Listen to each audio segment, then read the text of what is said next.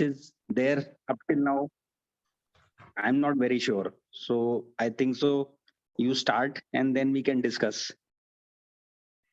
Okay.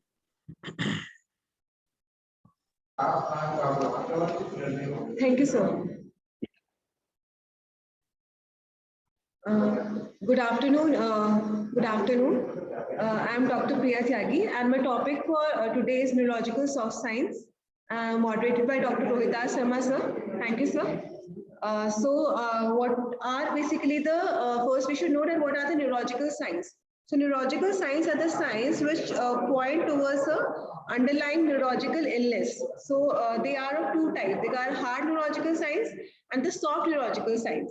So the hard neurological signs they refer to the impairments in basic motor, sensory, and reflex behaviors, and they are related to more specific brain regions, and thus they have to localize a neurological abnormality. In contrast to the neurological soft signs, which are subtle neurological signs that cannot be related to the impairment of a specific brain region, and they are non-localizing neurological signs that are not believed to be part of a well-localized neurological syndrome. So with this, we come to neurological soft sign. So as I said, there are subtle neurological abnormalities observable on clinical examination. They are soft because they were originally thought to have non-specific structural and functional brain correlates or characteristics of any specific neurological disorder. They result from abnormal neuronal connectivity in several cortical and subcortical networks in the brain. They're known to result from the same changes in brain neuronal connections that are characteristics of many neuropsychiatric disorders. Neurological soft signs are seen as important early signs of an evolving disorder with a neurodevelopmental origin. A common example of such a disorder is schizophrenia. Now, we also talk about the two-hit hypothesis of schizophrenia that states that a combination of genetic susceptibility coupled with distinct developmental insult ultimately leads to the onset of a full-blown clinical syndrome. So this is a diagram explaining the two-hit hypothesis of schizophrenia. So as here we can see, if there is only the late environmental disruption, there are no lasting behavioral changes. In contrast, if the developmental disruptions are present, it leads to subtle behavioral changes. And if both the developmental disruptions and the late disruptions are present, it leads to a neurological or a neuropsychiatric disorder like schizophrenia. Now the historical perspectives. Neurological abnormalities were part of early descriptions of schizophrenia phenotype, formerly known as the dementia precox, according to Emil Kraepelin, 1919. The term soft sign emerged from inability of clinicians in the early days to localize the neuropathological basis and clinical relevance of some clinically evident neurological abnormalities. Neurological soft signs, on the other hand, are seen in individuals with no obvious neuropathology. The relevance has only started to emerge recently in the identification of biological markers of vulnerability to neuropsychiatric disorders using advanced brain imaging, blood, and cerebrospinal fluid examinations. Now, the neurobiological basis of the neurological soft signs, evidences from the multiple sources suggest that neurological soft signs, they predate the onset of some neuropsychiatric disorders, especially schizophrenia. As an example, while NSS may decrease as the brain matures in healthy individuals, such decreases were not found in persons who later developed schizophrenia. Additional neuroimaging support for this observation. NSS may represent abnormalities in neuronal maturity and neural integration that may be genetically determined or pre-morbidly acquired. Neurological soft signs are associated with high heritability scores, and the evidence is also supported by the demonstration of the association with the obstructive complications. Neuroimaging correlates. NSS is associated with changes in cortical and subcortical brain networks in the basal ganglia, prefrontal and temporal cortices, and cerebellum. Disruptions in the interneuronal connectivity between these structures are thought to may manifest in key signs and symptoms of the relevant neuropsychiatric disorder, including the neurological soft signs that are associated with them. Now we come to the classification of the neurological soft signs, divided into three broad categories: impairment in sensory integration, impairment in motor functions, that it includes motor coordination and motor sequencing, and finally the persistence of primitive reflexes. Now the first is sensory integration. Sensory integration, they possibly reflect a parietal lobe dysfunction. The first is extension. So how do we test extension? We test extension by a face hand test, in which the two simultaneous areas, one distal and one proximal, are tested, stimulated simultaneously, like we stimulate the face and the hand simultaneously. And then in normal individuals, they will feel both the stimulus, but in some abnormality, the patient will neglect the distal stimulus, like the patient here will neglect the hand stimulus. So that is a face hand test for extension. Agraphesthesia. For agraphesthesia, we do a palm writing test. We close the eyes of the patient and then we write with a blunt tip on the palm of the patient some letters, numbers, on some shapes, and then we'll ask the patient that what we have written. After that, astereognosis. Astereognosis, the patient eyes are kept closed, and after that, we give the patient simple objects like keys or coins, and then we ask the patient that what was the object. A right-left confusion. In the right-left confusion, we ask the patient to touch the left shoulder with his right hand, or we can ask the patient to point towards the examiner's right ear, like such commands we can give to test the confusion. Impaired audiovisual integration.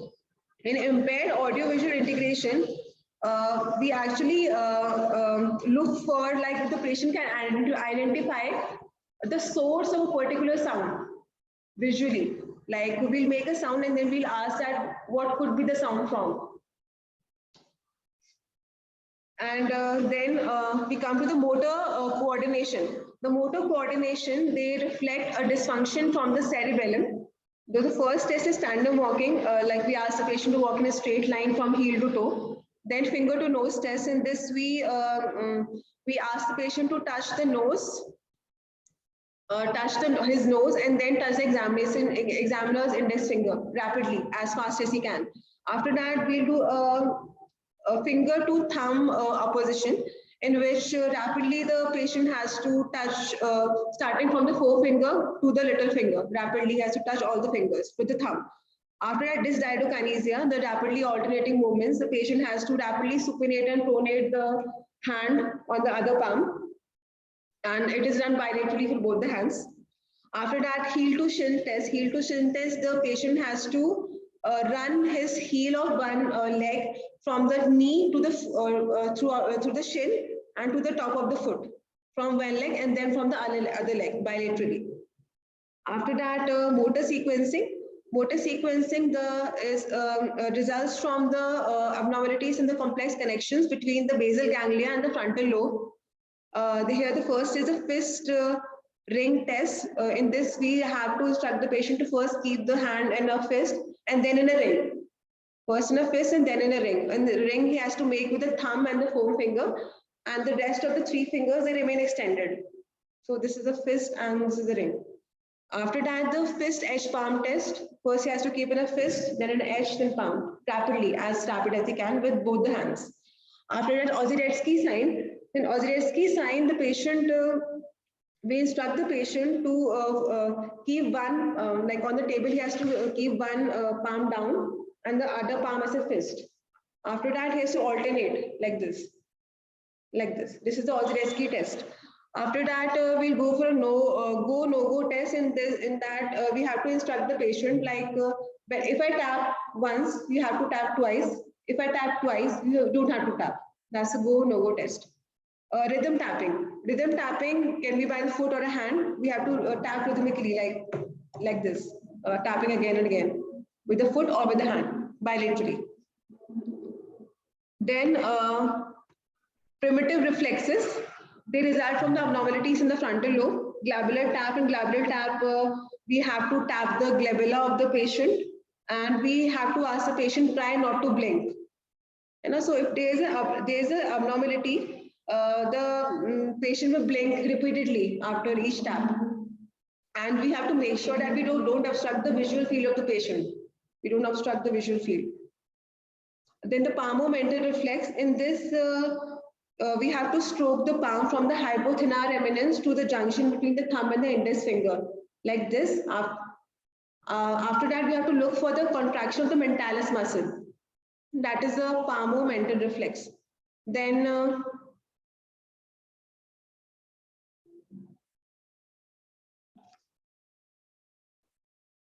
so palmar-mental reflex, as I've told, we first stroke the arm from the hypothenar eminence to the junction of the forefinger and the thumb. And after that, we look for the contraction of the mentalis muscle in the chin. So that is the palmar-mental reflex.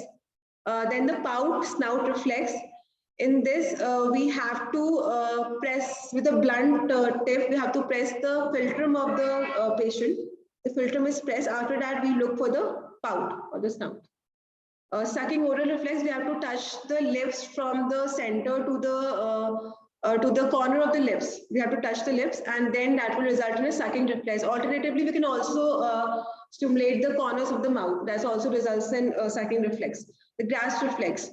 In grasp reflex, we have to stimulate again the hand. We have to touch from the hypothenar eminence to the this side. Then that will result in grasp. The patient will grasp your hand. In forced grasping, when we stimulate the palm, when we stimulate the sides of the palm, the patient grabs or gropes your hand.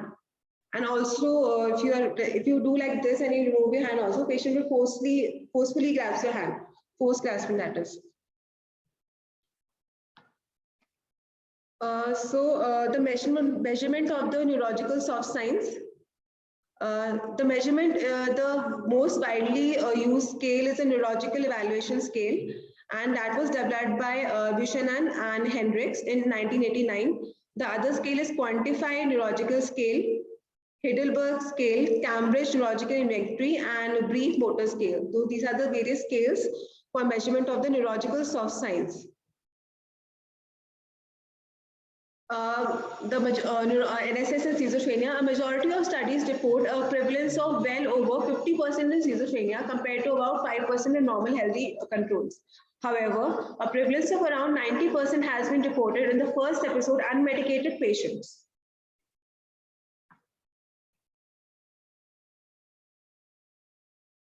However, as a group, they may also be associated with varying symptomatic states of schizophrenia, course and outcome characteristics of the disease.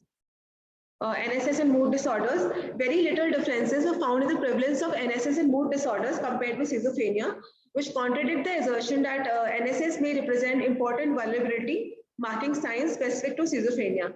NSS may reflect the well-known genetic overlap in vulnerability to both the conditions. NSS and cognitive disorders, NSS, especially those requiring intact sensory and motor sequencing functions, has been shown in some studies to be associated with worse general cognitive performance. NSS was frequently found in older persons with Alzheimer's disease, but not in those with mild cognitive impairment or normal controls. Severity of NSS also increased with severity of Alzheimer's disease. NSS and other disorders also being reported in anxiety disorders, especially men with obsessive compulsive disorders, and in antisocial personality disorders, where the rates that are similar to that found in the broad categories of schizophrenia has been reported. Now, NSS and the childhood developmental disorders. In children, there's a different criteria. We look for the overflow movements, the involuntary movements, dysrhythmia, dysmetria, and tension tremors. And the scales in children are also different. And the scales are PANESS, that is the physical and neurological examination for soft signs, the examination for child with minor neurological dysfunction, and the NESS, the revised neurological examination for subtle signs.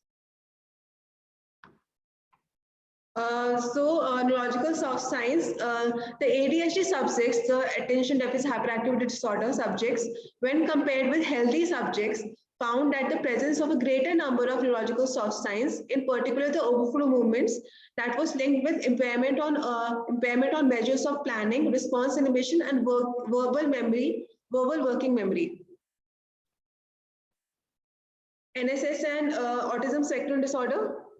So studies have also found a significant differences between children with ASD and a control group in motor integration function. Now, NSS in healthy individuals. Now, NSS are also present in person without any diseases. The prevalence rate of about 5% is found in healthy population, while sensory integration abnormalities are common in healthy individuals. Motor abnormalities were rarely found.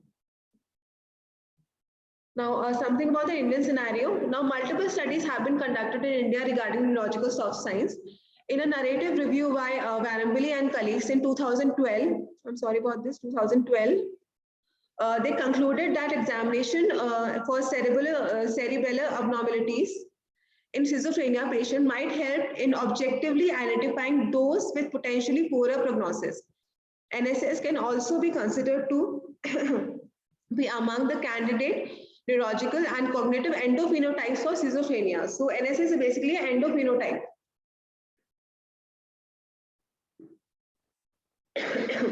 Bunsen and colleagues in 2021 in a cross-sectional study in the Tertiary Center of North India also concluded that schizophrenics had a higher prevalence of soft signs. The higher prevalence of soft neurological signs in schizophrenia has expanded the evidence for organic basis in the etiology and pathogenesis of schizophrenia. Then we come to the conclusion that NSS is one of the biomarkers for schizophrenia spectrum, one of the potential biomarkers for schizophrenia spectrum disorders. Neurological soft signs has not received much attention as compared to other phenotypes like the minor physical anomalies. And while they also has been reported in other neuropsychiatric disorders and in healthy individuals, the meaning in these other contexts is yet unclear. These are my references. Thank you.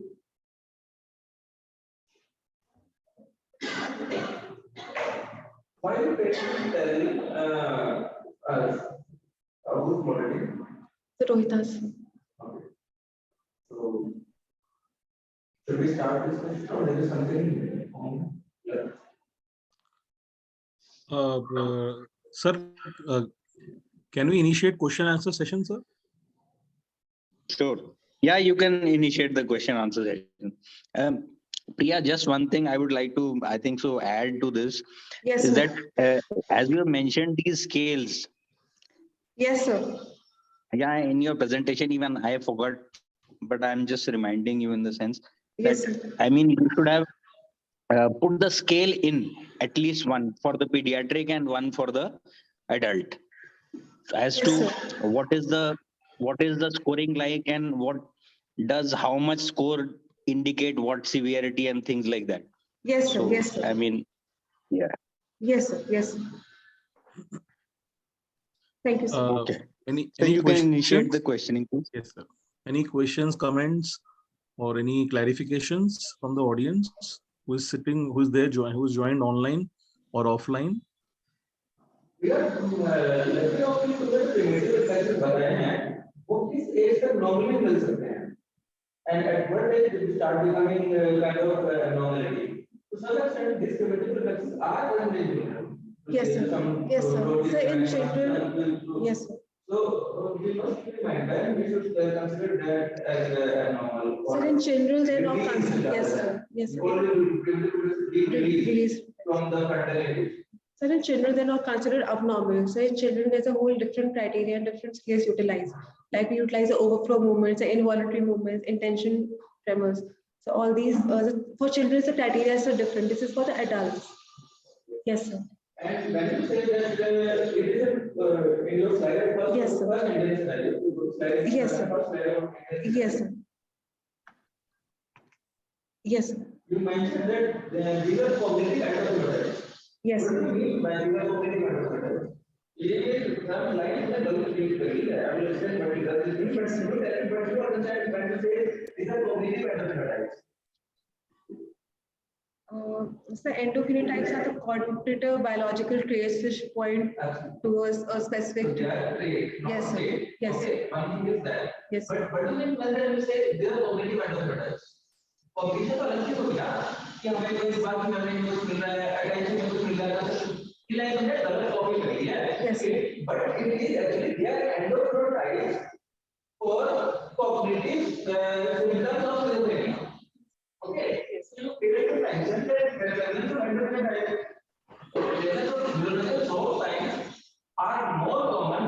patients who have predominantly negative cognitive symptoms.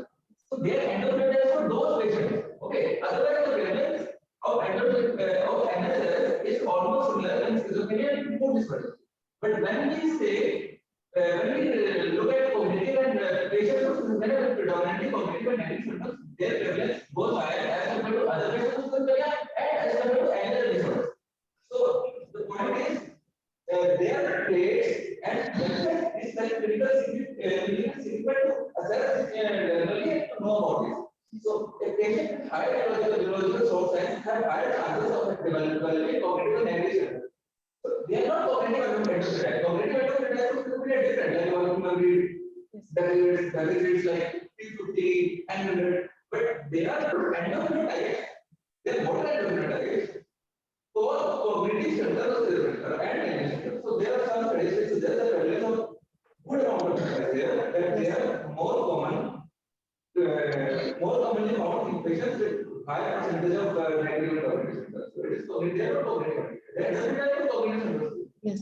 Okay, so you have to review this. Right? Yes. Thank you, sir. I agree with Dr. Mehta that these will be basically neurophysiological markers, more of when we say N100, P300 and all. Any other questions from the audience? So Aban, comment that this is very interesting seminar because maybe what we could gather is these are signs which doesn't help us in localizing, and also they have some prognostic significance here. And very interesting will be like when we treat something like schizophrenia or we treat OCD, whether these get modulated with time, with treatment. The neuromodulation happens with treatment. This will be very interesting to take it up subsequently. Maybe we can take it up and we can first of all see how prevalent it is in our sample here, and then subsequently follow them pre-post treatment protocols, whether these get modulated or not. Yes, sir.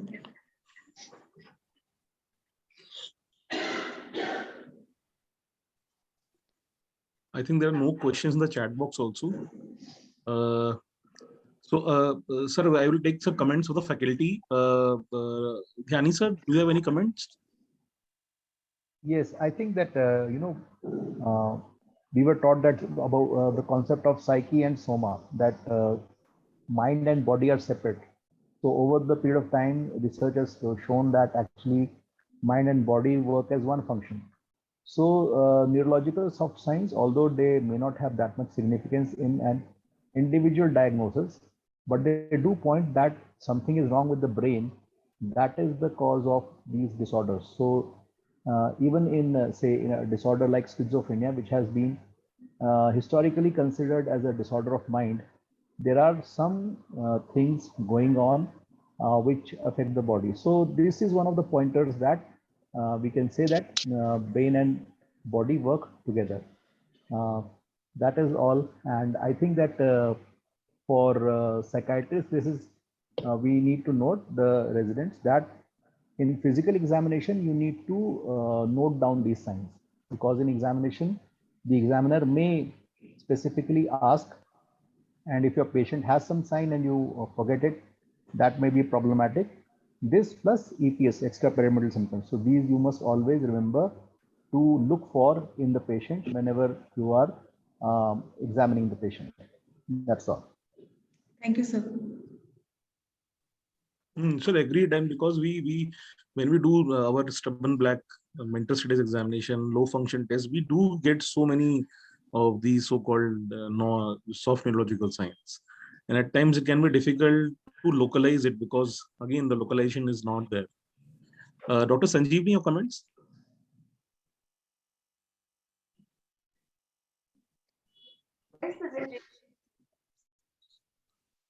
Learn many things. For department and I think Sanjeev, Dr. Sanjeev, you're not audible. Dr. Mehta, your comments? One thing in your presentation you need to do is whenever there is significant data, say prevalence of, say the prevalence of this particular neurological soft sign in schizophrenia 67. So it's better that you mention the particular study in that particular slide only. So because there's a lot of variance. Some studies will say that the prevalence is 25%, some studies will say the prevalence is higher in this category given this type of schizophrenia. So when you put that on present relevance in that particular slide. Yes. Okay. That's very critical. Is very critical. Yes. Then we have mentioned good amount of values outside.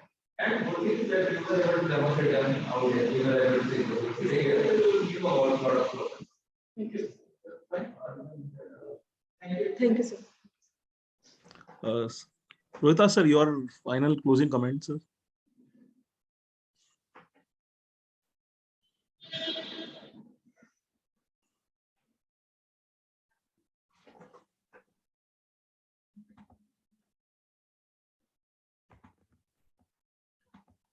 So Rohita sir, are you there? Yeah. Yes, sir. Your comments, sir, final closing comments on the presentation and the questions, sir.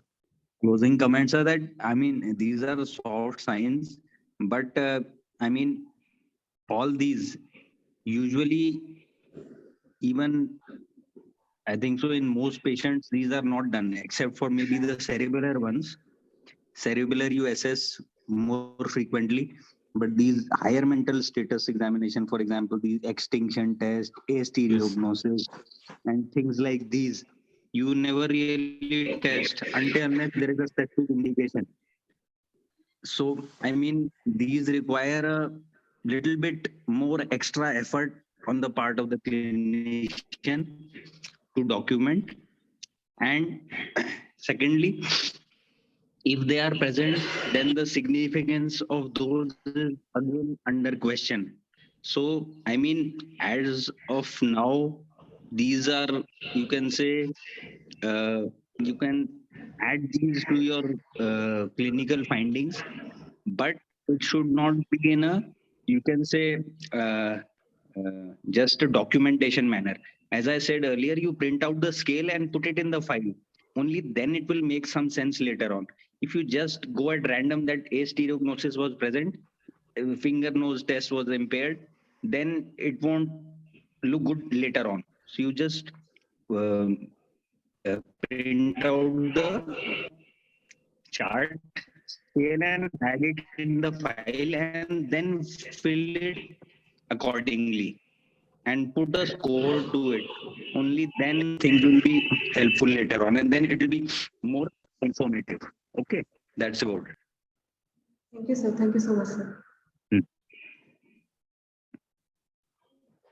So I would like to first thanks Dr. Uta sir for moderating Very this welcome, session.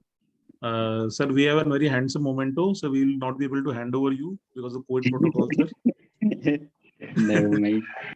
And Thank you. and so Thank Dr. Priya has presented well. She's covered most of the areas, and it's a narrow topic. So probably we can have further few more presentations on this. And so we will also keep on disturbing you for your further more moderation, sir. Thank you so much, sir. Welcome. Thank you. My pleasure. So we'll end this meeting. Thank you. Thank you, sir.